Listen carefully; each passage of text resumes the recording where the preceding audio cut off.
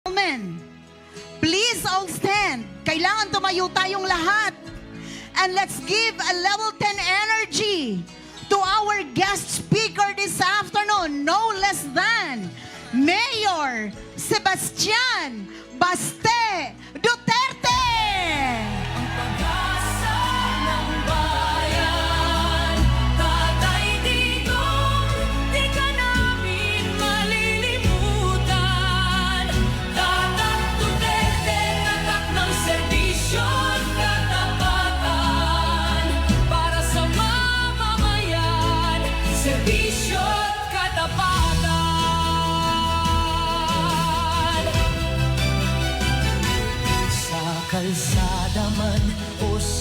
Magandang, akala ko tatapusin pa yung kanta eh. Sige, upo lang kayo, relax lang.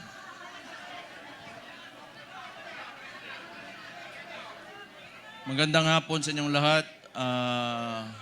Former Speaker Bebot Alvarez, Senator Bongo, Senator Padilla, Mike Defensor, Chairman Alcusi, Congressman Leandro Leviste, Attorney Jimmy Bondoc, Attorney Vic Rodriguez, Attorney J.B. Hinlo, Attorney Topacio, Philip Salvador, Idol, and my idol, Harold Respiso. Attorney Lambino, General Esperon, good to see you, sir. And yung mga hindi ko nabanggit, sa susunod na pagkikita natin. Baka nagtataka kayo, tumahimik ako eh. Tumahimik ako pagkatapos ng midterm elections. Kasi, talo si Marcos sa Davao eh. Nagpahinga lang ako. Kailangan ko magpahinga kasi 2 taon kaming binanatan doon sa Davao. Yung ginawa ni Bangag, alam nyo na, yung ayuda, yun naman yung paraan nila. That was a form of indirect vote buying prior to the campaign period. Yun talaga yun. Yung ginamit niya, so sinabi ko naman sa mga taga Davao, tanggapin nyo lang. Total, buwis nyo man yan. Yung nagsikap dyan, para may pera yung gobyerno, pera nyo rin yung kinukuha nyo. Hindi yan galing sa kanya. Pero yung mga taga Davao matatalino na, they are intelligent voters. Akala kasi, yung claim ng mga kalaban na kami mga Duterte daw, mga authoritarian, yun, mamatay tao, kaya takot lahat. 2 million, matatakot namin yun. Di bukas patay na kami kung takutin namin yung 2 million na yan. It is a very highly democratic city, actually. Pagka pumunta kayo, that is why, awa ng Diyos, pasalamat ako, sa Davao ako naging mayor kasi ang mga tao dyan, alam nila anong gagawin nila at mahal nila yung lugar nila. Kaya kahit pinahihirapan kami, okay lang man, politika. Tapos, Marcos lang. Alam naman natin sa tatay pa lang yan, kawatan.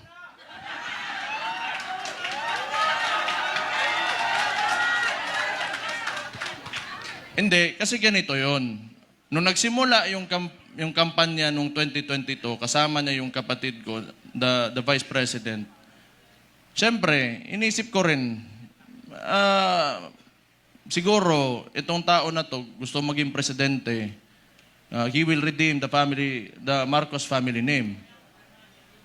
So, hindi ko naman talaga inisip na may ganun din pala kagago yung tao na yan. Kung siguro nasa isip niya, kung sira na yung pangalan namin, sirain ko na lang lalo. Wala naman akong political lang to. Kung bahala sila, magalit sila sa akin. Si Auntie Claire, tanawa. Pagkatapos ito, Auntie Claire, si Mayor Baste, lo ni mbuanga ka. Oh. Nagpahinga lang ako. Kasi before the midterm elections, Kami doon sa Davao, lagi kami nagmo-mobilize kasi nung sinimulan nila yung People's Initiative, papipirmahan nila yung mga papel. Siguro, I do not know. Pero definitely, sa ugali ng mga nangyan, wag na natin yung buong administrasyon niya. Kasi siya naman yung nasa taas ng chain of command, yung presidente. Definitely, ang suspicion namin, it was for term extension. At that early, 1 year or 2 years pa lang, hindi pa nagdadalawang taon yung termino niya, may pa-people's parang plebiscite yan noon na nag-gather lang ng mga tao, pinataas yung kamay, o sige, maging diktador na tayo, maging authoritarian regime tayo for 27 years. So that was the attempt of this guy, bangag nga na dias Malacanang karon. Kita niyo yung nasa UN siya, sipon. May chat GPT na ngayon. Hindi ko naman sinasabi kasi makukulong ako, tapos kakasuhan ako. Pero tingnan na lang, what are the causes of cocaine? Tingnan yung chat GPT. How it will affect your nasal cavity. May cellphone na kayo lahat. Wala. Swindler. He is a swindler. Yung ginawa sa atin, kaya nga naniniwala tayo, kasi akala natin itutuloy niya. Ganito lang naman tayo, kaya nandito tayo lahat ngayon. Kayo. Marami tayong parallel groups. Nilapitan ako ni Sir Mike Defensor, pati ni Speaker Bebot. Na nakita ko sila pagdating nila doon sa bahay ko, patay problema na po ni. Nagpahinga lang ako kasi grabe yung Pero ang akala nila, tumigil na tayo. Hindi pa tayo tumigil. Anong gusto nila? Lalabasin lahat ng ginawa nila. Tingnan mo katangahan nito ni Bangag. Siya nagbukas ng usapin ng flood control na may mga ghost project. Kaya ako tumahimik talaga. Kasi hinayaan ko na mag-self-destruct yung gago na yan. Kasi alam ko sasabog sa mukha niya yan. Because unang-una sa lahat, pag ikaw eksekutibo, you cannot point at someone else for the mistakes of your administration. Responsibilidad mo yan, ibig sabihin, either hindi ka nag-iisip o kulang ka sa pag-iisip o hindi mo talaga gusto yung trabaho mo. O kita mo ngayon, nag-backfire sa kanya, and they attempted to, lagi nilang ililiko doon. Pinakita naman namin lahat. Sa Davao, walang ghost project, may resibo kami lahat doon.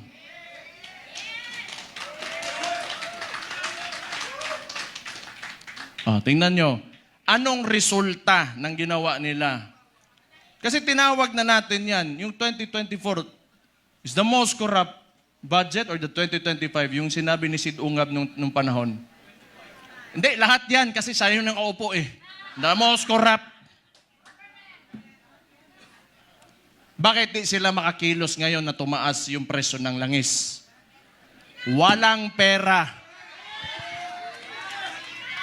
Bakit di nila kayang babaan yung VAT, yung panawagan ni Leandro Libiste? Di nila kaya kasi wala nang silang nanakawin pa.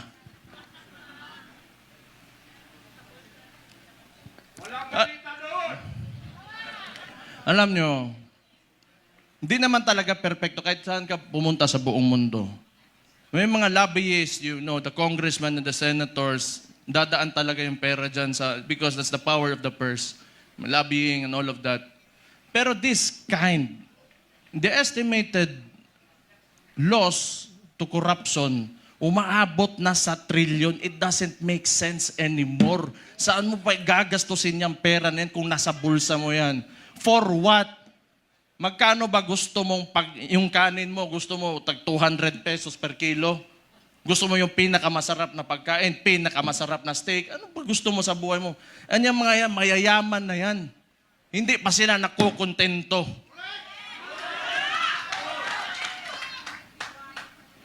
Hindi na lang maawa ba?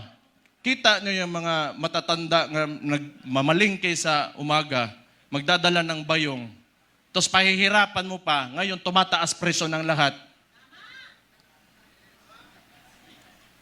Hindi sa nakatingin sa pangkaraniwang Pilipino, ano ang buhay ng Pilipino.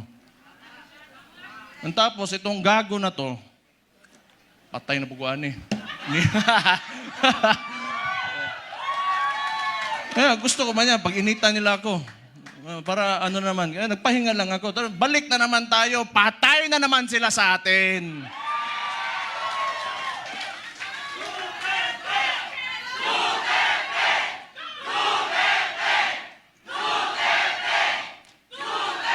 Ito pang maganda. Ito pang maganda. Tayo, mga parallel groups, ilan? Pila to kabuok? 600 parallel groups. Anong sinabi ng Vice Presidente? Siya ay tatakbong presidente, kumilos na tayong lahat.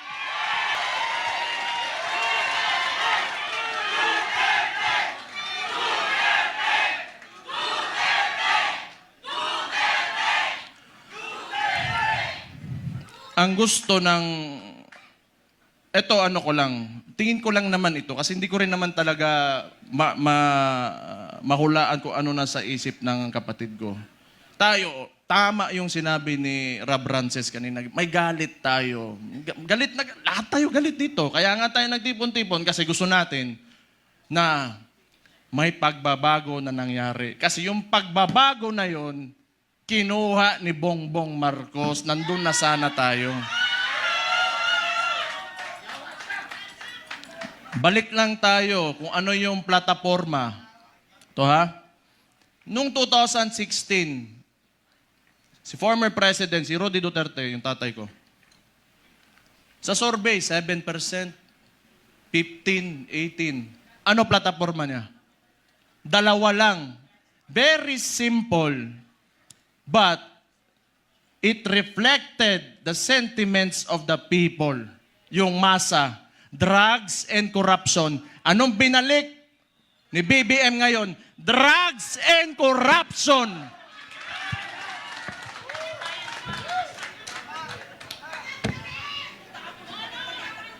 Sabi ng kapatid niya, hindi ako yun ha. O safe na ba ako, attorney?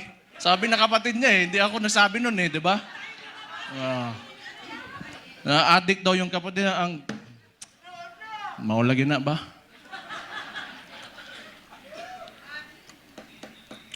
Hindi, tama naman yun. Kailangan optimistic tayo. Kailangan well-organized tayo, andito tayo lahat.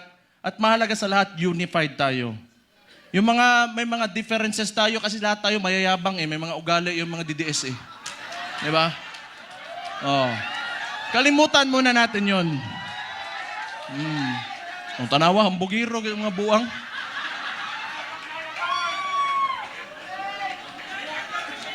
Sa ngayon, kailangan organisado tayo. Kailangan kalimutan muna natin yung mga differences natin. Magkaisa tayo.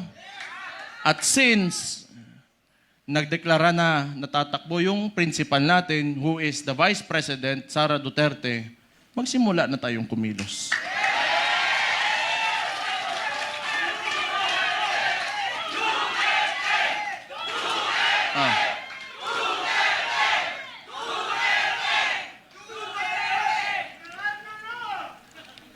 Una, hindi atin ang mainstream media. Yan ang pinakamalaking, pero wala naman di maniwala na sa kanila ngayon. Actually, if you are biased ka towards the article or the headline, you will support that headline. Yung ano lang, traditionally, sanay kasi yung Pilipino na, or yung, not really the Filipinos only, but the entire world, they look up to the mainstream media kasi yun yung historically, yun talaga yung ginagamit na source of information. But we all know na it can be manipulated. And now, it is very well manipulated by... No. I do not blame them. May iba lang talaga na talagang rabid na anti-Duterte na mga tulad ng Rappler. Pero yung iba kasi talaga, wala yan. Matatakot talaga yan sa gobyerno. Kasi yung gobyerno, yung negosyo mo, lalapitan ka lang yan. Lalapitan ka lang ng BIR, ng ipapasarado ka, takutin ka.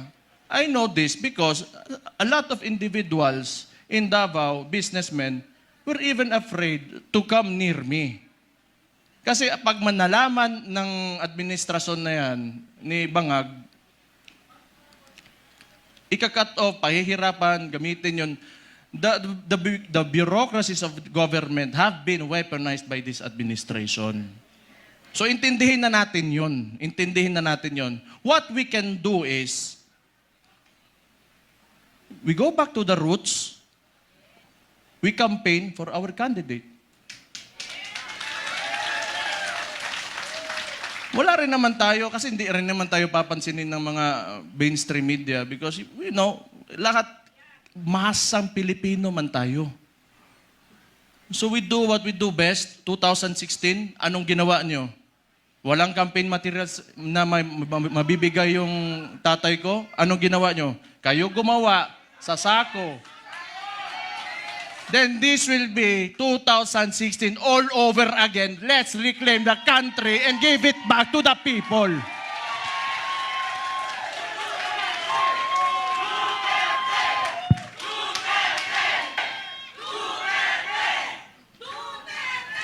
I just want to mention yung binanggit yung idol ko rin si Robin Hood Padilla kanina na totoo naman yung mga oligarko na yan. They are in control of, walang nawawalang oligarko sa buong mundo. Lahat ng nations in the entire world have oligarchs. Ito lang naman talaga. Kontrolado ba ng mga oligarko yung namumuno ng bansa? Yun ang mahirap. Ang kailangan natin, they have to be separate so that yung leader of that country can protect the people from exploitation of these oligarchs.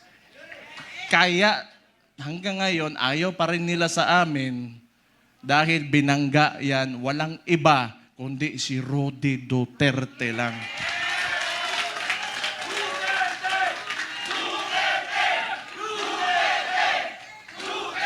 So siguro naman, yan, nag-declare na yung kapatid ko and we're going into the 2028 elections.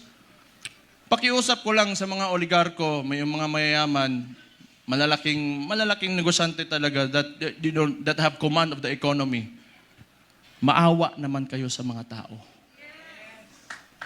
Maawa naman kayo sa mga tao. Give this country a chance na sumarap din ang buhay ng yung mga naglalakad lang sa daan na walang mga sasakyan. Yung sinabi ko kanina, it really breaks my heart. Yung living conditions ng tao ngayon. Sometimes, it makes life harder to live seeing this. Sa totoo lang. I am guilty because I have may bahay ako, sementado, nasa loob ng subdivision. It makes me feel so bad that the other Filipinos, my countrymen, have to suffer. Kaya naman tayo nandito. Alam ko, mahal nyo yung tatay ko dahil alam nyo na talagang minahal at mahal niya yung bansang Pilipinas.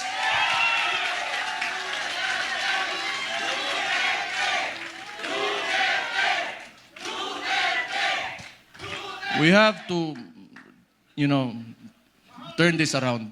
We have to make this country turn around. Hindi pwedeng ganito. Andun na tayo. Alam ko, kahit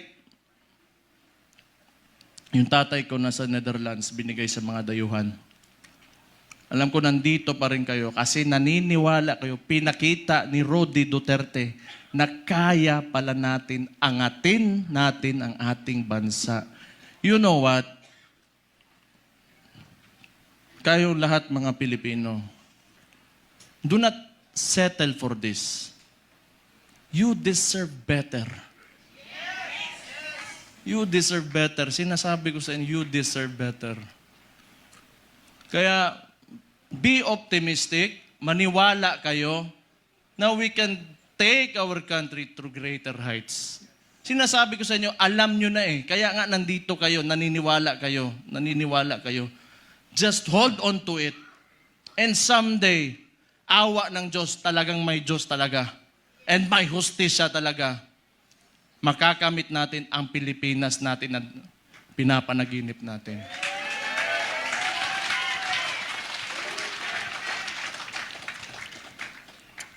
Isa, lahat ng politiko, kailangan bitawan natin yung mga pansariling nating gusto. We have to be selfless public servants. Unang-una yan sa lahat kung gusto natin talaga umangat itong bansa natin. Sabihin na natin, may nakawan nangyari, bigayan ng pera, whatever. That should be enough. Nagkaroon na kayo ng presidente that tolerated it. So what's next? Dadagdagan nyo pa? Nagpasarap na kayo ng sobra-sobra, gusto nyo pa? Kung swerte na kayo sa buhay, it's time you give back to the people. Huwag niyong pahirapan yung mga tao. Tama na yan. Okay na yan. Siguro yung mga anak nyo maka-aral sa abroad, you can eat, in a very nice restaurants. Tama na yan. That's okay. Isang ulo lang naman ang kailangan namin. Ang ulo ni Bongbong Marcos!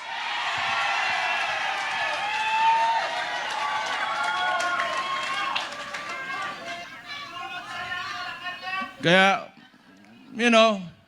this coalition, if you cannot approach me, you approach Mike Defensor, you approach Bebot Alvarez, you, the congressman, I'm talking to you, if you want to defect, talikuran nyo na yan because alam nyo, kayo, mga politiko, nakatira kayo sa Pilipinas, huwag nyo sirain ang bahay nyo.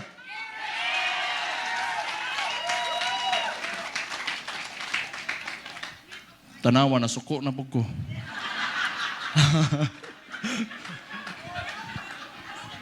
Pero,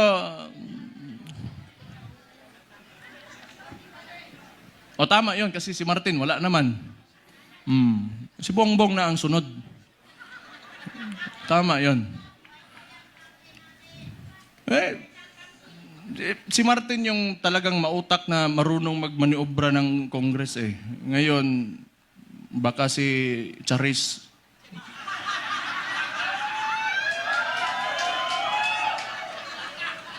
Sino yun? Kilala niyo yun? Charis. Kasi rinig ko, chismis lang to ha. Chismis, wala akong sinasabi. Puppet speaker lang yan yung speaker ngayon. Hindi ko lang alam sino yan, Charis. Basta narinig ko, Charis daw. Patay.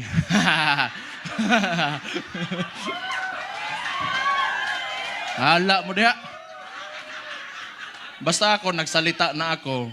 Yun yung nasa puso ko, yun na nasa isipan ko. Kung maniwala kayo, okay. Hindi kayo maniwala, okay lang din. Kung hindi ko maniwala tayo dito lahat, nabangag talaga yung gago nasa taas, alam nyo na anong gawin nyo. Ilagay natin ang Vice Presidente sa 2028 na Pangulo natin. Ito lang, yung mga nananawagan na gusto natin ng radical, revolutionary movement. Gusto nyo? sumama kayo kay Leandro Libiste. Pumunta kayo doon. Hindi, kilala ko yan noon pa. Kilala ko si Leandro. Pumunta yan ng Davao, nagbigay yan ng mga solar panel sa isang indigenous community doon sa Davao City. Matagal na. So, may ano yan sa CSR na ginawa doon. Kaya mabait yan na bata. Mas matanda ako ng konti eh. Mabait yan si Kong. Mabait yan. Kaya yan naging ganon. Kasi alam mo yung mga mababait na tao, pag ginalit mo, patay ka talaga. Mag-ingat kayo. Ayan pa, may isang isiraulo si Attorney Harold Respiso. Sabi ko nga nakita ko tong gago na ito, sabi ko, puta, hindi lang pala ako ang siraulo dito, may kasama na ako. Wala yung isang isiraulo din, si Kiko Barzaga. Pero pag I want to talk to the younger people in the cameras. Subaybayan niyo yung mga bata na yan, yung mga tao na yan. They are the future of Philippine politics. Sino ba namang si Raulo na lalaban ng administrasyon, magiging opposition, lalo ng ganito kaabusado? You know, what seemed to me, yung ginawa nila sa tatay ko, was a state kidnapping. Yung mga bata na yan, di natatakot yan. We need people like them. We need people like them. May iba naman, diplomatic, parang si Senator Bongo. Okay yun. Hindi pwedeng lagi tayong galit lahat. Diba? Dapat may mabait din sa atin.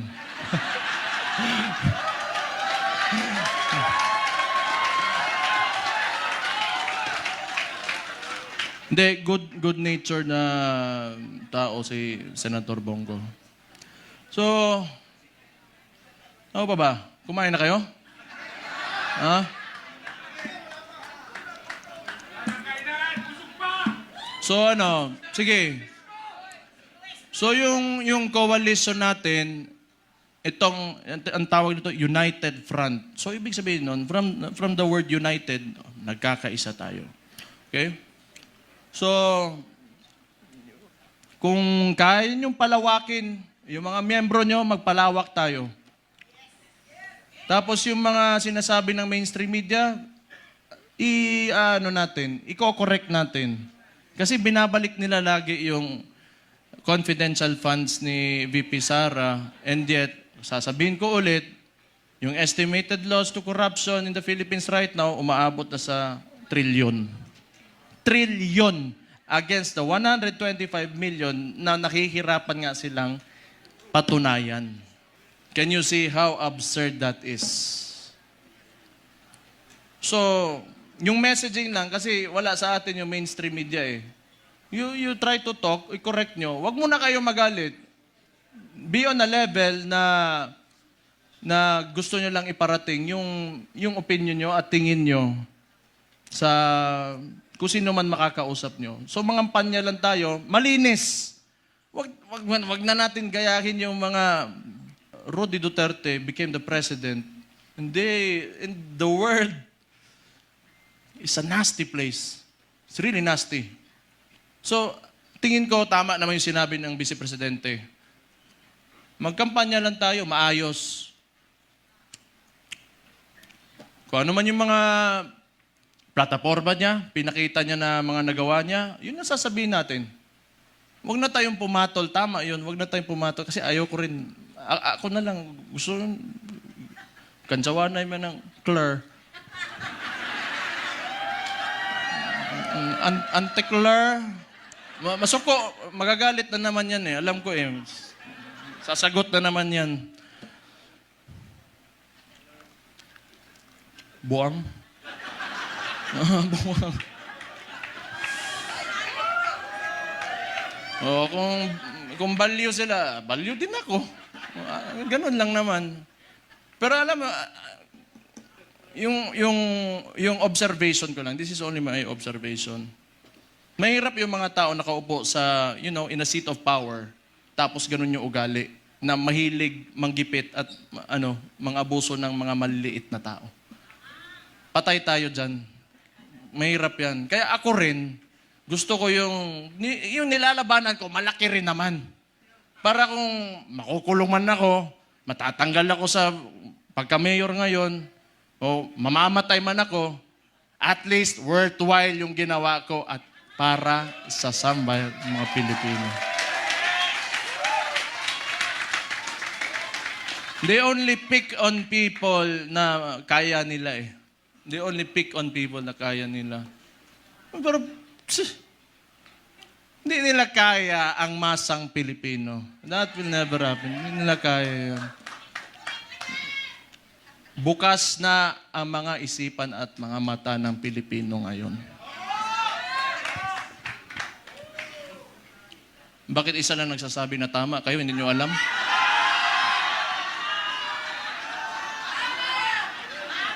Energy level 10 nga daw eh. Not following instructions.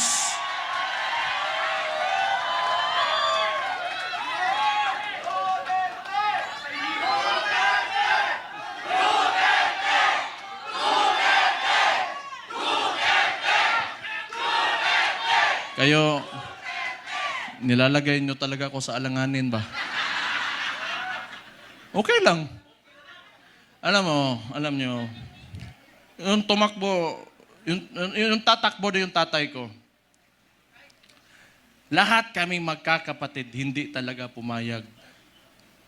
Kaya isa ring value yun. Kasi alam ko talaga, pagka nahamon yun, ibibigay niya talaga buhay niya para sa inyo. Kaya hindi kami pumayag.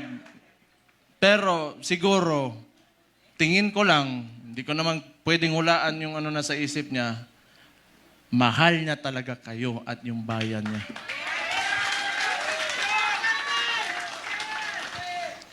Kaya ngayon, pagka pumupunta ako ng Netherlands doon sa detention unit, kinakausap ko, can never imagine someone who would, like an actual individual in front of me that would actually give away his freedom and his life for his country. Kahit tatay ko siya, I am so amazed. And I am very, honored that he is my father.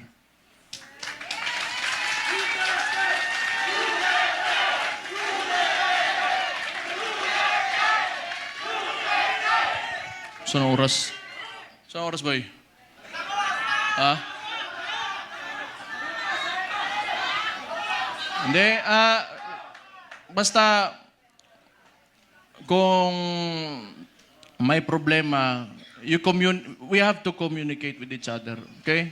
Let's just be friends, lahat tayo. Huwag tayong mag-away-away. Andito ang PDP, andito ang Reform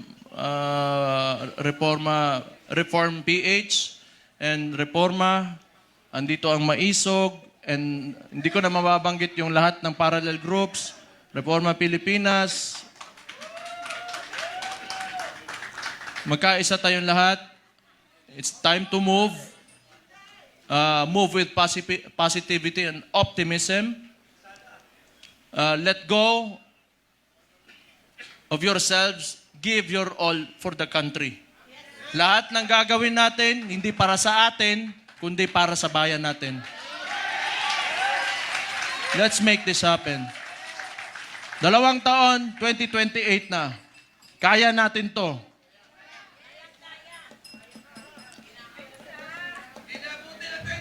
The surveys are telling. So we just have to push harder. Push harder. Huwag kayong titigil. And always remember, pagka you are facing adversity, hindi kayo nag-iisa. Ako si Mayor Sebastian Duterte ng Davao City, kasama nyo. Magandang hapon sa inyo lahat. Mabuhay kayo. Allahu Akbar. Mabuhay ang Pilipinas. Mabuhay si Vice President Inday Sara Duterte. Maraming salamat and God bless you all. Alright, thank you so much, Mayor Baste Duterte. Maraming Right, Mayor, salamat. may we request you to please take the middle seat? Grabe, the weight of his words is simply amazing. Okay, at this point,